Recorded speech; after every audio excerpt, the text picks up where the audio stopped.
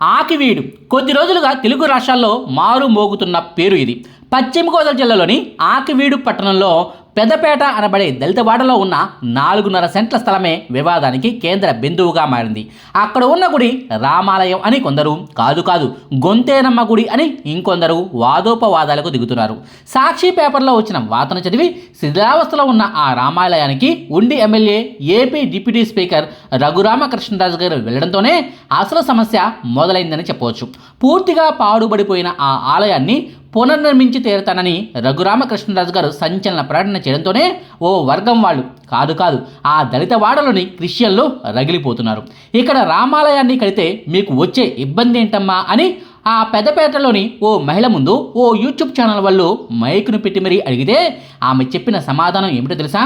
మరి ఇబ్బందే కదండి, ఇక్కడున్న వాళ్ళందరూ క్రిస్టియన్లే ఉన్నారు, రోజు పొద్దున్నే మైకులు పెట్టి హిందూ మత పూజలు చేస్తే మరి వాళ్ళకు ఇబ్బందే కదండి. ఆ స్థలంలో గొంతేనమ్మ గుడి కడితే మాకెవరికి ఇబ్బంది లేదు, మా దళితులమే పూజలు చేసుకుంటాం కాబట్టి ఏ గొడవ ఉండదు అంటూ ఆ మహిళ చాలా క్లారిటీగా చెప్పుకొచ్చింది. ఎస్, ఆకివీడులోని పెద్దపేట అనబడే దళితవాడలో ఉన్నది 95% మంది క్రిస్టియన్లే. వాళ్ళ ఇళ్ల మధ్యలో రామాలయం ఉంటే వాళ్లకు అంత ఇబ్బందికరంగా ఉంటే ఆ సమస్యను చర్చల ద్వారా పరిష్కరించుకోవాల్సింది పోయి లేనిపోని గొడవలకు దిగటం అనేది ఎంత మేరకు కరెక్ట్? అయినా అది గుడి అని, రామాలయం అని రెవెన్యూ రికార్డుల్లో సైతం స్పష్టంగా రాసి ఉంది. అది గొంతేనమ్మ గుడి అని ఎవరో వయసులో కొన్ని దశాబ్దాల క్రితమే రాముడి విగ్రహాలను తీసుకొచ్చి ఇక్కడ పెట్టారని, ఇది రామాలయం కాదని కొందరు వ్యక్తులు కళ్ళబొల్లి కబుర్లు చెప్తున్నారులే కానీ అది వాస్తవం కాదన్నది వాళ్లకు కూడా తెలిసిన పచ్చి నిజం. రామాలయం కట్టొద్దని చెప్తున్న వాళ్ళ మాట తీరు, వాళ్ళ వ్యవహార శైలి, వాళ్ళు మాట్లాడే గ్రాంధిక తెలుగు భాషను చూస్తే వాళ్ళు హిందువులు కాదని, కరుడుగట్టిన క్రిస్టియన్లేనని ఈజీగా తెలిసిపోతుంది. అక్కడ రామాలయాన్ని కడితే ఎక్కడ తమ చర్చిలకు వచ్చే దళితుల సంఖ్య తగ్గిపోతుందేమో అన్న భయంతో లోకల్లో ఉన్న పాస్టర్లు కొందరు, రాజకీయ లబ్ధి కోసం కొందరు వైసీపీ నేతలు, రాజకీయాల్లో నేను ఇంకా ఉన్నానని జనాలు గుర్తించాలని తాపత్రయపడే హర్షకుమార్ లాంటి వాళ్ళు ఇంకొందరు కలిసి పెద్దపేటలో ఉన్న అమాయక క్రిస్టియన్లను ఎగదోస్తున్నారన్నది వాస్తవం. అందుకే ఆకివీడులో రామాలయ పునర్నిర్మాణం అనేది అత్యంత వివాదాస్పద అంశంగా మారుతోంది. ప్రస్తుతానికి 144 సెక్షన్ ఉంది కాబట్టి అక్కడ అంతా నిశ్శబ్దంగా ఉందిలే కానీ రానున్న రోజుల్లో ఇంతే ప్రశాంతంగా అక్కడి వాతావరణం ఉంటుందా లేక రెండు మతాల మధ్య గొడవలకు దారి తీస్తుందా అన్నది చూడాల్సి ఉంది. అయితే ఈ మొత్తం వ్యవహారంలో రఘురామకృష్ణరాజు గారి వ్యవహార శైలి చాలా ఆసక్తికరంగా మారింది. నిజానికి ఇలాంటి మతపరమైన గొడవల్లో మన రాజకీయ నేతలు పెద్దగా జోక్యం చేసుకోరు. ఏదో ఒక వర్గానికి న్యాయం చేయబోయి మరో వర్గం వాళ్ళ ఓట్లను కోల్పోతామేమో అన్న భయంతో ఇలాంటి వివాదాల్లో తలదొచ్చడానికి వెనకంజ వేస్తుంటారు. కానీ రఘురామకృష్ణరాజు గారు మాత్రం ఆకివీడులో రామాలయాన్ని కట్టి తీరతానంటూ శపథం చేస్తున్నారు. ఆ దిశగా ప్రయత్నాలను మొదలుపెట్టారు. ఆలయ నిర్మాణానికి శిల్పులను మాట్లాడుకున్నారు.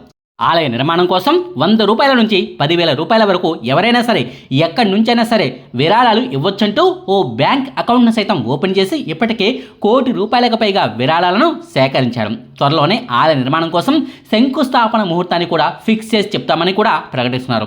ఇక్కడ ఇంతకు ముందు ఉన్నది రామాలయమే, ఇకపైన ఉండబోయేది కూడా రామాలయమే. కావాలంటే దళితులు ఏడాదికి ఓసారి చేసుకునే గొంతేనమ్మ ఊరేగింపు కార్యక్రమాన్ని కూడా ఈ రామాలయం వేదికగానే చేసుకోవచ్చంటూ రఘురామకృష్ణరాజు గారు తేల్చి చెప్తున్నారు. అన్ని వర్గాల వాళ్లకు దగ్గర కావాలనుకునే టీడీపీ పార్టీ లైన్కు పూర్తి భిన్నంగా అధికార పార్టీ ఎమ్మెల్యే అయి ఉండి కూడా డిప్యూటీ స్పీకర్ స్థానంలో ఉండి మరీ రఘురామకృష్ణరాజు గారి దూకుడిని చూసి రాజకీయ వర్గాలే విస్తుపోతున్న పరిస్థితి. సడన్గా ఆయనలోని హిందువు మేలుకొనడానికి కారణమేంటి? హిందుత్వ అజెండాను భుజాన వేసుకుని రామాలయ నిర్మాణానికి పూనుకోవడం వెనుక ఆయన వ్యూహం ఏంటి? రఘురామకృష్ణరాజు గారు సున్నితమైన ఇలాంటి విషయం పట్ల ఇంత నిష్కర్షగా మాట్లాడడానికి కారణం ఏంటన్నదే పొలిటికల్ సర్కిళ్లలో జరుగుతున్న చర్చ. ఓ ప్రముఖ టీవీ ఛానల్కు రఘురామకృష్ణరాజు గారు ఇచ్చిన ఇంటర్వ్యూను చూశాను. దాదాపుగా గంటకు పైగానే ఉన్న ఆ ఇంటర్వ్యూలో రఘురామకృష్ణరాజు గారి మాట తీరు, వ్యవహార శైలిని చూస్తే దళిత క్రిస్టియన్లనే టార్గెట్గా చేసుకుని మరీ ఆయన మాట్లాడుతున్నట్టుగా అర్థమవుతోంది. ఆ ఇంటర్వ్యూలో ఆయన చేసిన వివాదాస్పద కామెంట్లలో మొట్టమొదటిది ఏపీలో ఉన్న నిజమైన దళితుల సంఖ్య గురించి. ఆంధ్రప్రదేశ్ రాష్ట్రంలోని 18% దళితులు ఉన్నారట. అయితే ఆ దళితుల్లో 16% మంది క్రిస్టియన్ మతాన్ని పుచ్చుకున్నారట. మిగిలిన 2% మంది మాత్రమే నిజమైన దళితులు అన్నది రఘురామకృష్ణరాజు గారి వాదన. ఉదాహరణకు 100 మంది దళితులు ఏపీలో ఉన్నారని అనుకుంటే ఏకంగా 95 మంది మతం మారిపోయారన్నది ఆయన చెప్తున్న లెక్క. అంబేద్కర్ గారు రాసిన రాజ్యాంగం ప్రకారం నిజమైన దళితులకే రిజర్వేషన్ ఫలాలు అందాలన్నది రఘురామకృష్ణరాజు గారి అభిప్రాయమట. మతం మారిన దళితులను గుర్తించి వాళ్ళు పొందుతున్న అక్రమ రిజర్వేషన్ను తొలగిస్తే, చట్టాన్ని ఉన్నది ఉన్నట్టుగా అమలు చేస్తే అసలు ఎస్సీలకు మాత్రమే సంక్షేమ ఫలాలు పూర్తిగా లభిస్తాయని, వాళ్లకు పూర్తి న్యాయం జరుగుతుందన్నది రఘురామకృష్ణరాజు గారు చేసిన కామెంట్. ఇక అదే ఇంటర్వ్యూలో మరో వివాదాస్పద అంశాన్ని కూడా ఆయన టచ్ చేశారు. ఎస్సీలకు మత స్వేచ్ఛ లేదా? దళితులు తమకు నచ్చిన దేవుణ్ణి పూజించుకోకూడదా? క్రిస్టియన్లుగా మారితే ఎస్సీ కులం హోదా పోవడం ఏంటి అని అదే ఇంటర్వ్యూలో అడిగితే రఘురామకృష్ణరాజు గారు సూటిగా సమాధానం చెప్పారు. పెదపేటలో రామాలయాన్ని కట్టనివ్వకుండా అడ్డుకునేందుకు అక్కడ అంబేద్కర్ గారి విగ్రహాన్ని తెచ్చిపెట్టారు. జై భీమ్ అంటూ నినాదాలు చేస్తున్నారు. జై భీమ్ అంటే మహాభారతంలోని భీముడి గురించి కాదు కదా వీళ్ళనేది, అంబేద్కర్ గారి గురించే కదా. మరి అంబేద్కర్ గారు చెప్పిందేంటి, వీళ్ళు చేస్తున్నదేంటి? ఆయన రాసిన రాజ్యాంగాన్నే కదా మనం అమలు చేయమంటోంది. అసలు అంబేద్కర్ గారి మతం ఏమిటి? బౌద్ధ మతాన్ని ఆయన స్వీకరించారు.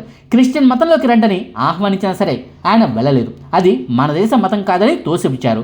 క్రిస్టియన్ మతంలో అసలు కుల వ్యవస్థ లేదు. హిందూ మతంలోని కుల వ్యవస్థ నచ్చకే నువ్వు క్రిస్టియన్ మతంలోకి వెళ్ళావు కదా, మళ్ళీ నా కులం నాకు కావాలంటావేంటి?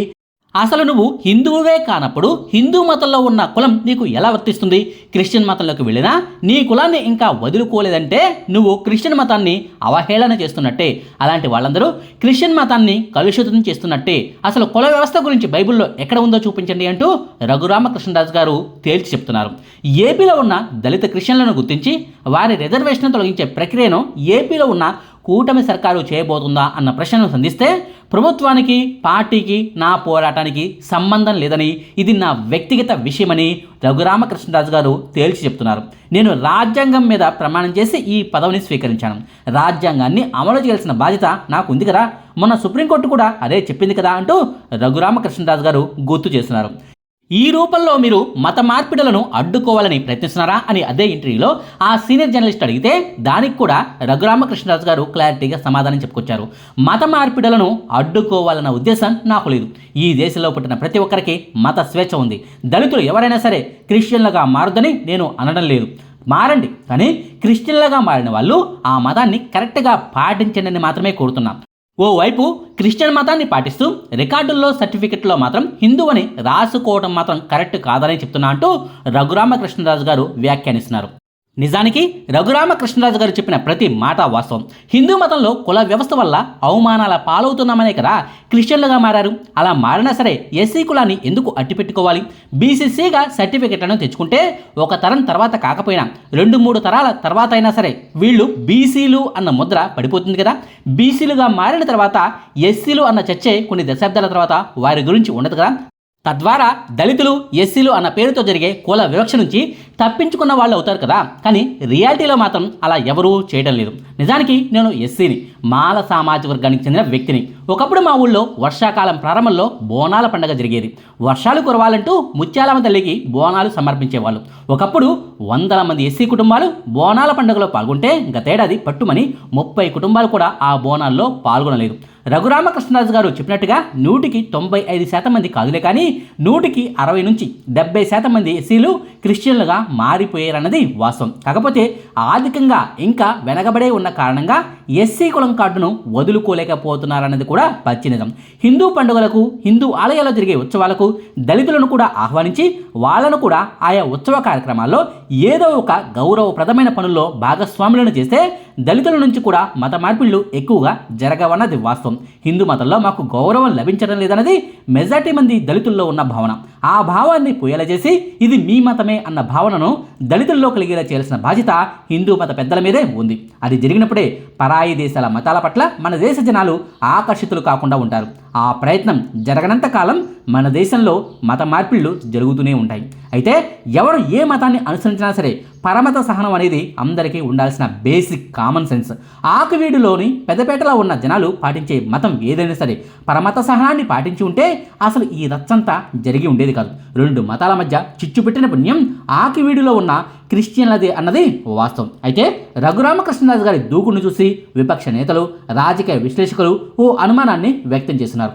టీడీపీలో ఆయన ఉన్నా సరే రాజకీయంగా మాత్రం అంత సంతృప్తిగా లేరన్నది వాస్తవం. డిప్యూటీ స్పీకర్ పదవిని ఇచ్చి ఆయన నోరును ముయించి కూర్చోబెట్టారన్న అసహనం ఆయనలో ఉందట. అలా అని టీడీపీని కాదని, కూటమి ప్రభుత్వాన్ని కాదని ఎటూ వెళ్లే పరిస్థితిలో ఆయన లేరు. అయితే రానున్న రోజుల్లో బీజేపీలోకి వెళ్లే వ్యూహంలో భాగంగానే ఆయన ఈ ఆకివీడు రామాలయ పునర్నిర్మాణాన్ని భుజానికి ఎత్తుకున్నారన్నది పొలిటికల్ సర్కిల్లో జరుగుతున్న చర్చ. రఘురామకృష్ణరాజు గారికి ఏపీలో ఉండటం కంటే కూడా ఢిల్లీలో, అంటే ఢిల్లీ రాజకీయాల్లో ఉండటమే నచ్చుతుందట. ఈ విషయాన్ని ఆయన ఎన్నోసార్లు చెప్పుకున్నారు కూడా. 2024 ఎన్నికల్లో బీజేపీ నుంచి ఎంపీ టికెట్ వస్తుందని ఆశించిన ఆయనకు చివరకు ఆ పార్టీ ఊహించని షాక్ ఇచ్చింది. చివరకు తప్పనిసరి పరిస్థితుల్లో లాస్ట్ మినిట్లో ఉండి ఎమ్మెల్యే టికెట్ను చంద్రబాబు గారు ఆయనకు కేటాయించాల్సి వచ్చింది. అయితే రాబోయే రోజుల్లో అంటే 2029 సార్వత్రిక ఎన్నికల నాటికి బీజేపీని మచ్చిక చేసుకుని ఆ పార్టీ నుంచి ఎంపీ టికెట్ను దక్కించుకోగలిగితే ఢిల్లీలోనే ఉండిపోవచ్చన్నది ఆయన ఆలోచన. బీజేపీ నేతల దృష్టిలో మంచి పేరు సంపాదించుకునేందుకే రామాలయ నిర్మాణ బాధ్యతలను భుజానికి ఎత్తుకున్నారని, హార్డ్ కోర్ హిందుత్వవాదిగా రఘురామకృష్ణరాజు గారు మారిపోతున్నారని రాజకీయ వర్గాల్లో చర్చ జరుగుతుంది. చూడాలి మరి ఇది నిజమా కాదా అన్నది 2029 ఎన్నికల సమయానికే ఓ క్లారిటీ వస్తుంది. ఇదండి ఆకివీడు కేంద్రంగా రామాలయ పునర్నిర్మాణంపై జరుగుతున్న రచ్చ గురించిన నా అభిప్రాయం. అలాగే రఘురామకృష్ణరాజు గారి వ్యవహార శైలి గురించి విశ్లేషణ. మీకు ఈ వీడియో నచ్చితే లైక్ చేయండి, షేర్ చేయండి. మరిన్ని ఆసక్తికరమైన వీడియోల కోసం మా కొత్త ముచ్చట ఛానల్ను సబ్స్క్రైబ్ చేయడం మాత్రం మర్చిపోకండి. Thank you.